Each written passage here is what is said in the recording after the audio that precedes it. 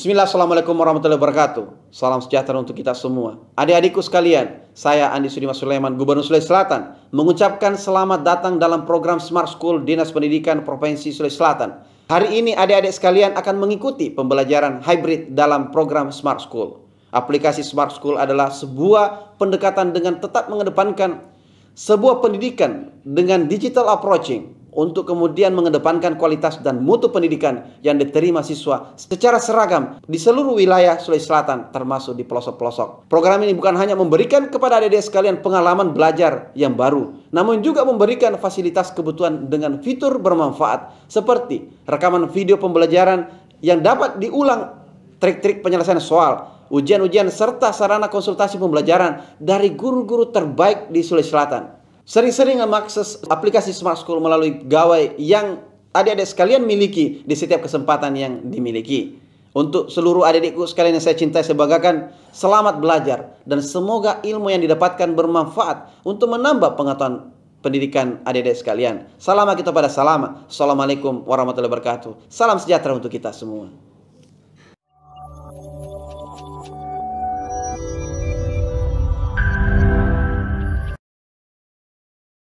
Bismillahirrahmanirrahim. Assalamualaikum warahmatullahi wabarakatuh. Dan selamat pagi. Salam sejahtera buat anak-anakku semua. Apa kabar kalian hari ini? Semoga kalian semua dalam keadaan sehat dan tetap semangat untuk mengikuti pembelajaran kita pada hari ini. Jumpa kembali dengan saya Wahyudin dalam pembelajaran geografi.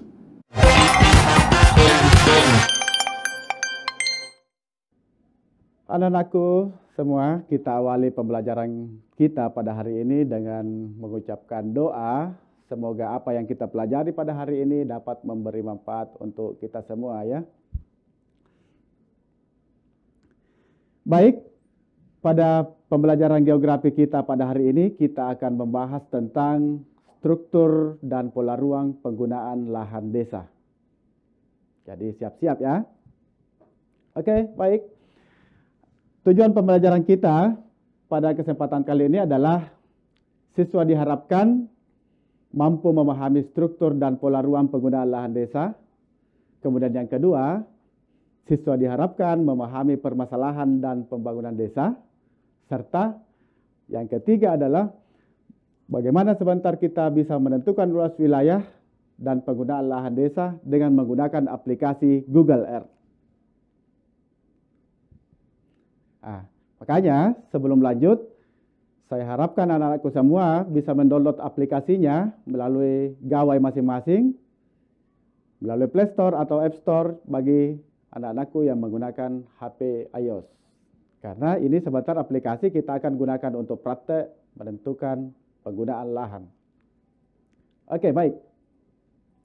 Anak-anakku, coba perhatikan gambar. Jadi pada layar terlihat di sini adalah bagaimana suasana dan aktivitas penduduk desa. Tentu saja ini bisa mengingatkan kita pada apa sih desa itu.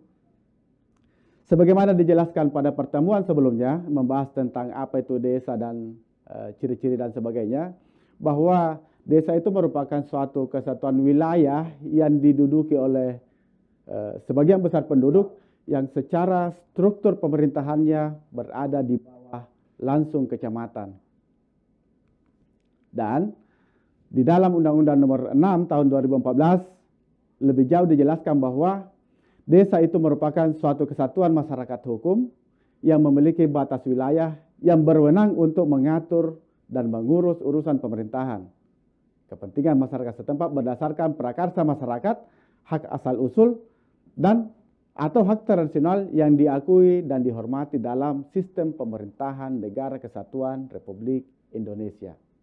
Itu ya. Jadi ini sekedar mengingatkan kembali pada pembelajaran yang sebelumnya ya. Sekarang kita akan membahas bagaimana gambaran kondisi desa.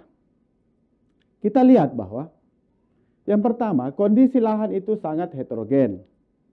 Heterogen itu adalah beragam, di mana kondisinya itu akan dipengaruhi oleh kemiringan lereng.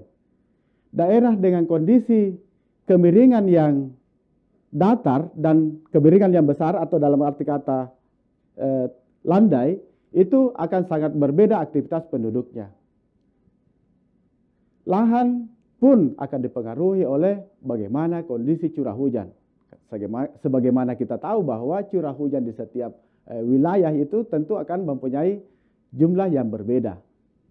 Kemudian, kondisi lahan juga dipengaruhi oleh tekstur dan struktur tanah. Ini tentu berpengaruh terhadap bagaimana pola-pola tanam, pola-pola pertanian yang dilakukan oleh penduduk. Yang kedua, topografi beraneka ragam. Di mana kondisi desa itu ada desa yang terletak di daerah dataran tinggi. Ada yang mendiami atau menempati daerah di dataran rendah, dan bahkan ada yang berada di dekat pantai atau dekat laut. Pola tata ruang ini sangat dipengaruhi oleh topografi wilayah tersebut. Apa yang dimaksud pola tata ruang? Pola tata ruang yang dimaksud di sini itu merupakan penempatan ruang atau lahan di desa untuk keperluan tertentu, sehingga tidak terjadi tumpang tindih dan berguna bagi kelangsungan hidup penduduknya. Oke, berikutnya kita bahas tentang bagaimana ciri-ciri lahan di pedesaan. Di sini ada istilah man-land ratio, perbandingan antara luas tanah dengan jumlah manusia. Di sini sangat kontras perbedaannya bagaimana man-land ratio di desa dengan di kota. Bisa kita katakan bahwa kalau di desa itu land per man, artinya berapa luas lahan yang dimiliki oleh penduduk. Terlihat bedanya ya. Yang kedua, kalau di kota man per land, berapa orang yang mendiami suatu luasan wilayah tertentu. Jadi terlihat di sini bedanya. Ini berarti bahwa di desa itu mencerminkan suatu kondisi di mana kondisi atau keadaan penduduknya itu dibanding dengan luas wilayahnya itu kecil. Ya kan? Artinya luas lahannya besar, penduduknya sedikit. Kalau di kota, lahannya sedikit, penduduknya banyak. Bisa paham ya, anak-anakku? Yang kedua,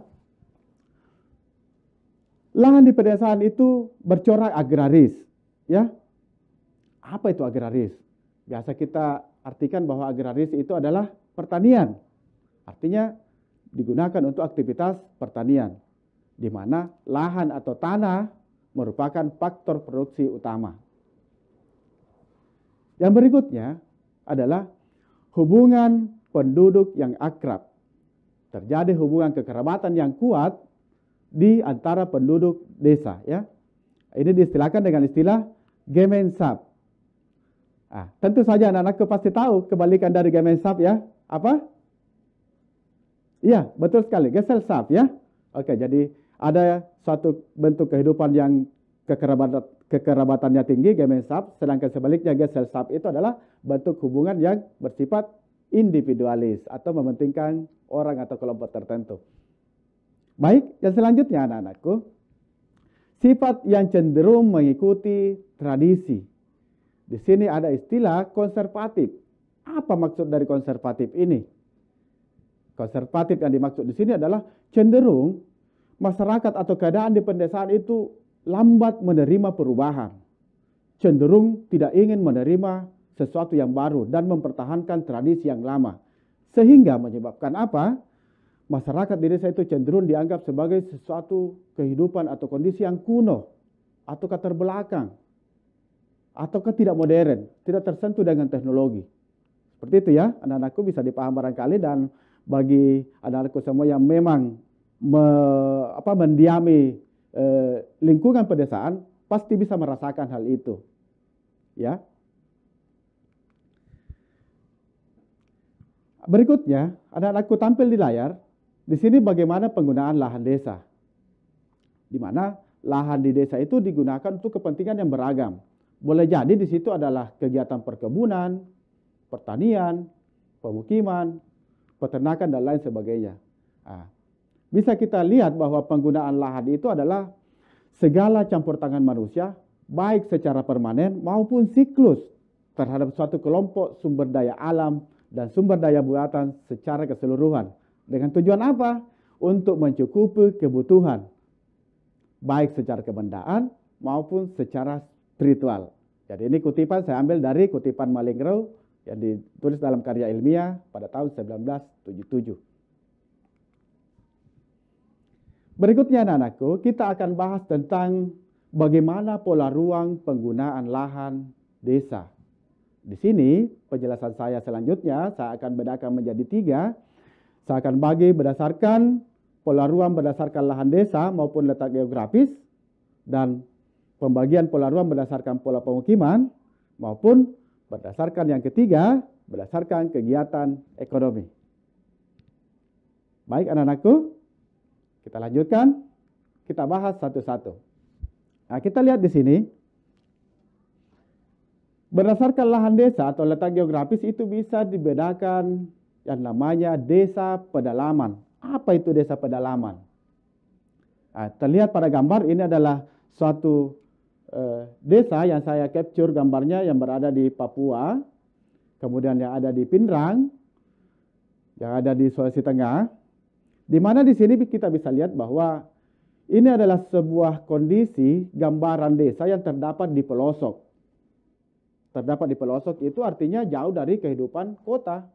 Ya, memang kondisi alamnya di sana tenang, sunyi, sepi, dan bisa jadi tempat untuk healing ya. Tetapi sebenarnya desa pedalaman ini adalah jauh dan terisolir. Kenapa dikatakan jauh dan terisolir? Karena akses untuk menuju daerah itu belum bagus ya.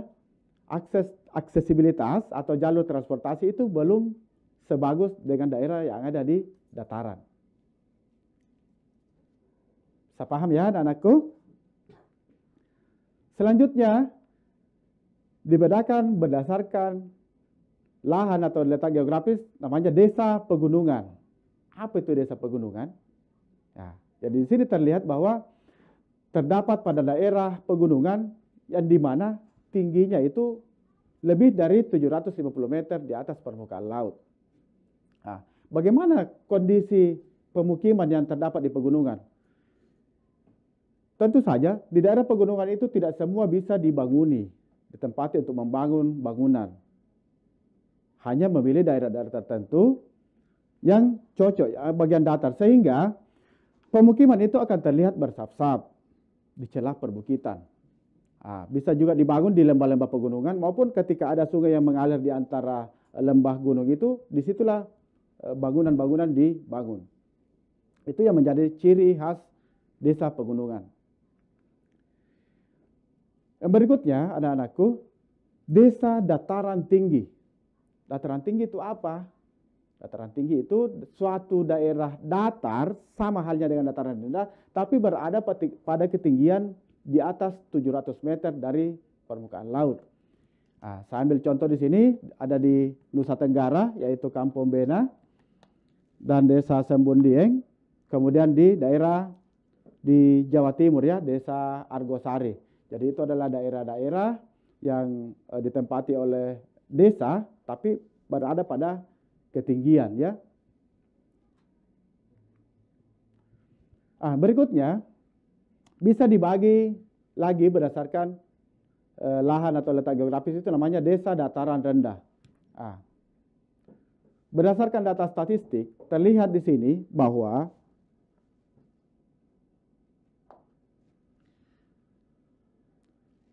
sebesar 52,89% itu desa di Indonesia itu menempati suatu daerah yang berbentuk dataran ya. Selebihnya itu 45% itu berupa lereng, dan sebagian kecil yang lain itu 1-0,3% itu menempati daerah yang berbentuk lembah. Mengapa demikian? Ini suatu indikasi bahwa dataran rendah itu sangat ideal untuk ditempati sebuah pemukiman. Perkembangannya cepat, aksesibilitas tinggi. Proses pembangunan infrastruktur itu akan sangat mudah karena daerahnya berbentuk dataran. Beda halnya dengan daerah yang berbentuk lereng atau bergelombang. Tentu saja itu akan sulit untuk penataan ruangnya. Berikutnya itu adalah desa pesisir. Ah, kalian tahu anak-anakku yang mungkin daerahnya terdapat laut, akan terlihat di situ bahwa desa-desa yang terletak dengan garis pantai atau di dekat pinggir laut itu akan membentuk garis yang unik ya, di mana pola pemukiman itu akan membentuk garis yang memanjang. Pola pemukimannya itu linear mengikuti garis pantai. Dan yang menjadi ciri khas atau karakternya lagi bahwa di desa pesisir atau desa pantai itu mata pencaharian utama penduduknya umumnya itu sebagai apa? Nelayan, betul. Oke, untuk pembagian yang kedua yaitu berdasarkan pola pemukiman. Terlihat anak-anakku di sini.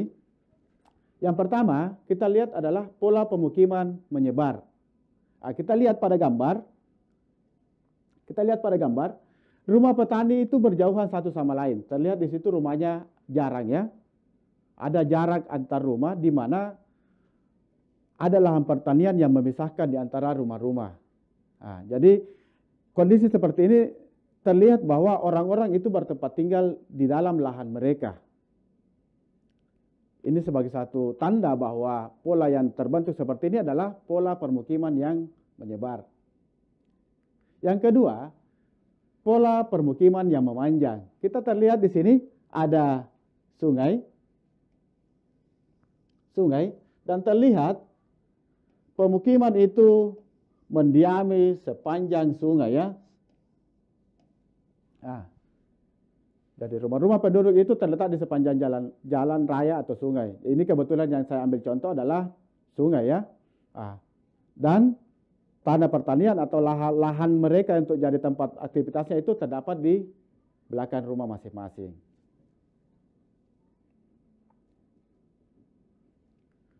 Berikutnya anak-anakku, pola pemukiman berkumpul. Suasana kampung ini seperti ini ya. Penduduk berkumpul di dalam sebuah kampung, di mana di sekeliling kampung itu merupakan lahan pertanian. Ya. Jadi ini adalah pola pemukiman berkumpul. Yang berikutnya, pola pemukiman melingkar. Terlihat di sini ada pusat-pusat yang dikelilingi oleh rumah-rumah penduduk. Rumah-rumah penduduk itu melingkar di tepi jalan. Dan ciri yang jelas lagi di situ bahwa di luar dari lingkaran yang terbentuk itu adalah lahan pertanian di belakang rumah. Selanjutnya kita bagi berdasarkan kegiatan ekonomi. Kalau secara kegiatan ekonomi tentu saja bisa kita definisikan atau artikan pembagian desa itu berdasarkan arti katanya. Yang pertama adalah desa pesisir. Desa pesisir ya. Ya, kita bisa artikan dengan jelas bahwa desa pesisir atau nelayan ya pasti berada di daerah dekat dengan laut ya.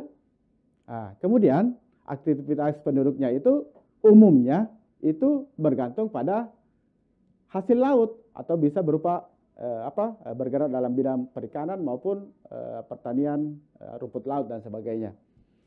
Yang kedua adalah desa persawahan. Persawahan. Jadi kata kuncinya di sini desa persawahan adalah kalau desanya itu bergantung pada usaha yang bertani. Bertaninya itu di sawah.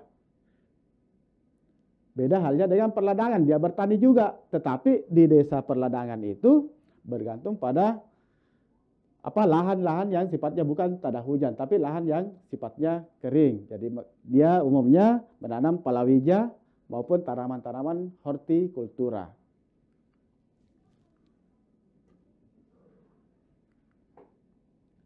Kemudian yang selanjutnya anak-anakku dibedakan lagi yang namanya desa pertambangan. Ya, desa pertambangan itu ketika desa itu tumbuh di dekat wilayah yang menghasilkan hasil-hasil pertambangan. Jadi sebagian besar itu aktivitas penduduknya dipengaruhi oleh potensi pertambangan yang ada di wilayah tersebut. Berikutnya, desa industri kecil dan kerajinan. Desa-desa ini banyak terdapat di Jawa ya. Banyak terdapat di Jawa, terutama yang sering kita dengar itu di Jepara ya. Di Jepara sering kita sangat terkenal di sini bahwa Jepara merupakan penghasil perabot-perabot yang berkualitas. Jadi desa itu termasuk desa industri kecil dan kerajinan.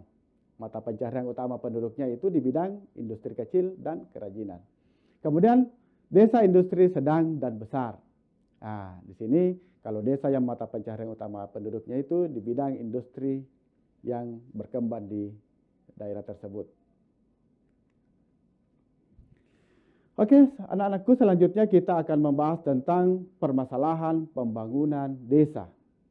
Jadi, kita lihat bahwa desa berfungsi sebagai pemasok kebutuhan bagi kota. Nah, apabila ada masalah bagi desa, maka tentu saja imbasnya bukan hanya di desa saja, tetapi akan berdampak dan berimbas kepada kota. Kalau kita identifikasi masalahnya, kita bedakan menjadi 3 sumber masalah. Ada yang berkaitan dengan kondisi geografis, kedua itu kondisi masyarakat, dan yang ketiga adalah bagaimana situasi pemerintahan dan kelembagaan yang terdapat di daerah tersebut. Kita bahas satu-satu. Masalah yang pertama, kaitan dengan kondisi geografis. Nah, masalahnya di sini adalah bagaimana penyebaran penduduk di desa itu tidak merata.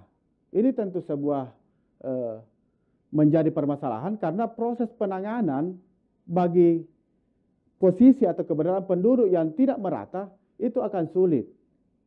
Apalagi kalau ditambah dengan susahnya akses transportasi menuju ke daerah itu. Dalam arti kata aksesibilitasnya rendah karena daerah itu terdapat pada daerah yang terpencil. Tentu saja dengan kondisi seperti itu mengakibatkan pengembangan desa itu akan menjadi lambat. Masalah yang kedua, kaitan dengan kondisi masyarakat. Nah, kita lihat bagi kita anak-anakku yang berada di wilayah yang mendiami pedesaan, kita lihat bahwa kemampuan ekonomi masyarakat itu sangat bervariasi. Tidak semua orang mampu. Ada orang yang masyarakat yang kehidupannya berada di atas bagus, tapi di sisi lain ada masyarakat yang hidupnya itu masih di bawah garis kemiskinan. Sehingga kondisi seperti inilah yang menimbulkan masalah. Bisa berupa kasus kurang gizi, kesehatan rendah, dan suatu kondisi di mana kesadaran masyarakat itu yang minim. Ini mungkin dipengaruhi oleh karena adanya tingkat pendidikan yang berbeda dalam masyarakat itu. Oke, masalah yang ketiga, kaitan dengan pemerintahan dan kelembagaan. Masalah apa yang bisa muncul di sini? Ketika koordinasi pemerintah dan kelembagaan yang berwenang untuk mengurusi masalah penduduk desa itu tidak berfungsi, maka tentu yang jadi korban adalah masyarakat desa. Karena masyarakat desa itu butuh pelayanan. Ketika tidak ada koordinasi yang bagus, maka dampaknya pasti di masyarakat. Tidak mendapatkan pelayanan yang maksimal atau yang sesuai yang diharapkan. Ya, tentu saja ini akan menjadi sebuah masalah. Oke, berikutnya anak-anakku, upaya apa yang bisa kita lakukan untuk membangun desa? Yang pertama, dalam hal perlakuan atau penanganan masalah-masalah itu tidak bisa dibedakan antara kota harus lebih bagus penanganannya dibanding desa. Kota lebih diprioritaskan daripada desa. Ini harus disetarakan. Tidak membedakan antara yang mana penduduk desa dan bagaimana penduduk kota. Semua harusnya mendapatkan porsi yang sama dalam hal penanganan pembangunannya. Yang kedua, mengusahakan supaya corak kehidupan penduduk desa dapat meningkat. Sehingga dengan hal ini masyarakat desa itu tidak lagi bersifat kolot seperti yang saya jelaskan tadi. Tidak lagi terbelakang, tidak lagi tidak terjangkau teknologi. Corak kehidupannya meningkat karena adanya pengenalan-pengenalan produk-produk dan teknologi-teknologi yang berkembang di dunia. Yang berikutnya adalah mengusahakan supaya bagaimana penduduk desa itu bisa lebih kreatif, inovatif, dinamis, dan fleksibel dalam menghadapi tantangan yang ada. Ini tentu menjadi sebuah bahan pemikiran untuk kita bagaimana untuk mewujudkan itu. Salah satu yang bisa saya katakan di sini bahwa dengan melakukan pembekalan-pembekalan kepada penduduk masyarakat di desa yang bersifat kewirausahaan, sehingga sasarannya nanti adalah bagaimana kondisi atau keadaan ekonomi masyarakat itu bisa lebih bagus. Seperti itu ya. Oke, demikian penjelasan materinya. Sekarang kita memasuki sesi tantangan. Anak-anakku coba perhatikan di sini. Kita akan melakukan praktek analisis penggunaan lahan desa dengan menggunakan aplikasi Google Earth. Jadi misinya di sini adalah bagaimana kita bisa menentukan persentase luas pemukiman desa menggunakan aplikasi ini. Ya, tentu saja anak-anakku sudah mendownload aplikasinya seperti yang saya instruksikan pada awal pertemuan tadi ya. Oke, silahkan diperhatikan dengan baik, diikuti langkah-langkahnya sehingga sebentar kita bisa latihan, dipandu oleh guru pembimbing masing-masing. Oke, baik, siap ya. Kita lihat. Jadi misinya di sini adalah tentukanlah persentase luas penggunaan lahan pemukiman di wilayah Kelurahan Pak Bundukang. Jadi kebetulan di sini yang saya ambil sampel adalah Kelurahan Pak Bundukang, itu adalah salah satu daerah di Kabupaten Takalar ya, Provinsi Sulawesi Selatan tentunya. Oke. Jadi langkah yang kita lakukan adalah yang pertama menentukan wilayah observasi. Jadi di sini sudah saya tetapkan di sini adalah wilayah yang saya ambil adalah wilayah kelurahan. Dan ingat ya anak-anakku, wilayah kelurahan boleh, kelurahan desa boleh ya. Betul, yang jelasnya levelnya tingkat kelurahan atau desa. Untuk apa? Supaya wilayah observasi kita itu tidak terlalu luas. Sengaja memang saya ambil level tingkat kelurahan atau desa.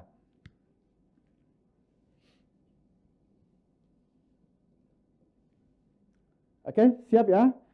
Selanjutnya, setelah kita tetapkan wilayah observasi, kita buka aplikasi Google Earth. Jadi seperti ini tampilannya.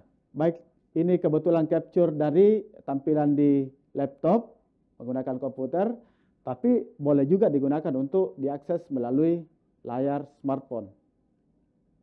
Oke, langkahnya adalah setelah terbuka aplikasinya, cari wilayah yang akan diobservasi. Jadi ceritanya kalian sudah menentukan wilayah observasi tingkat desa atau kelurahan. Kalian tinggal cari di kolom pencariannya di sini ya. Ketik saja di situ. Saya ketik di sini. Pak Bundukang, Takalar. Ya. Dan ketika kalian mengetik di situ dan mencari, itu akan muncul biasa kalau ada daerah yang namanya sama, maka silakan dicari di situ daerah mana yang Anda maksud.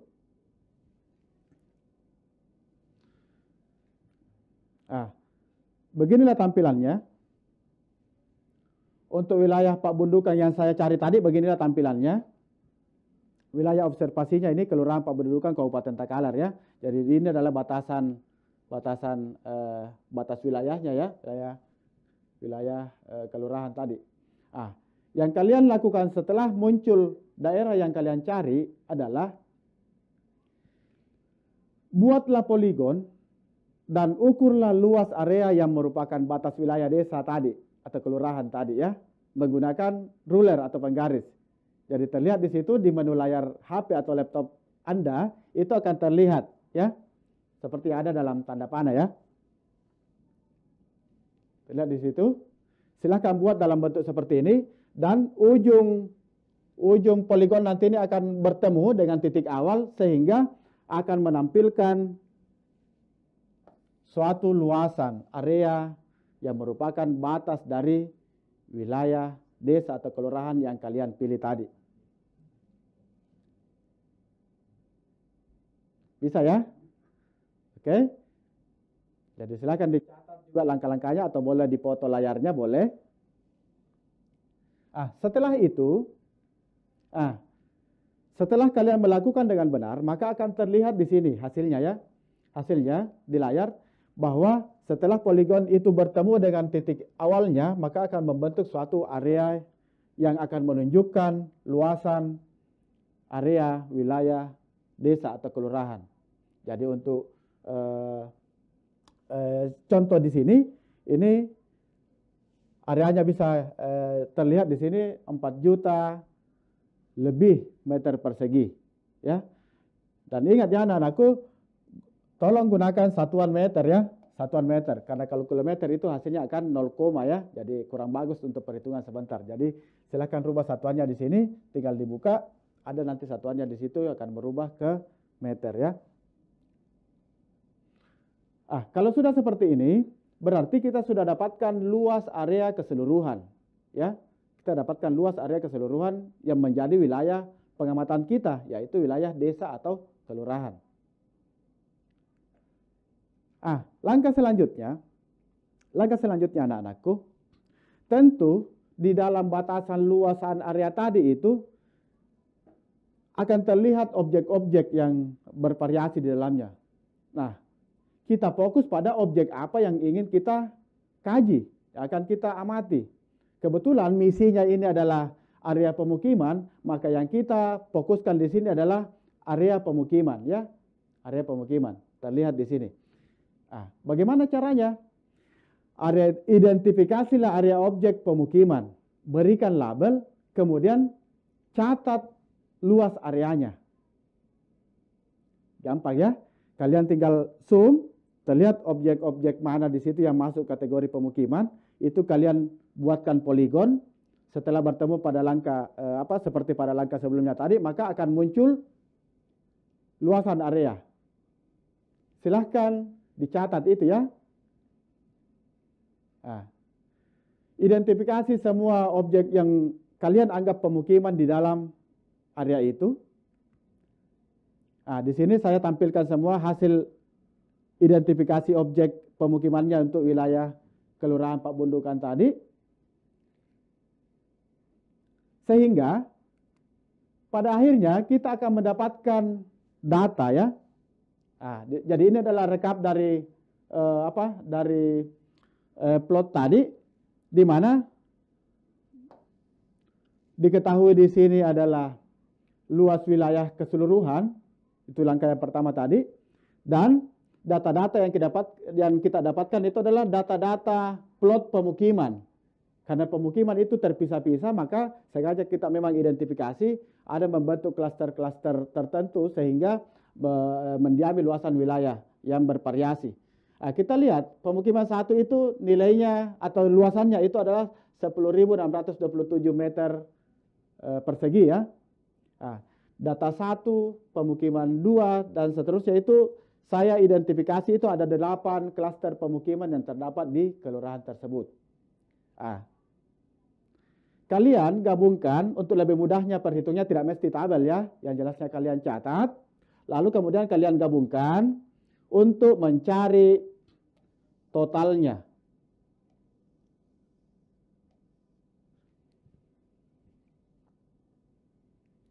Ya, mencari totalnya. Nah, apa artinya totalnya di sini? Jadi luas pemukiman 1, pemukiman 2 dan sampai pemukiman 8 itu jumlahnya itu 879.510 meter persegi. Itu adalah luas area pemukiman di dalam wilayah Pak Bundukan tadi. Selanjutnya kita masuk di tahap penyelesaiannya.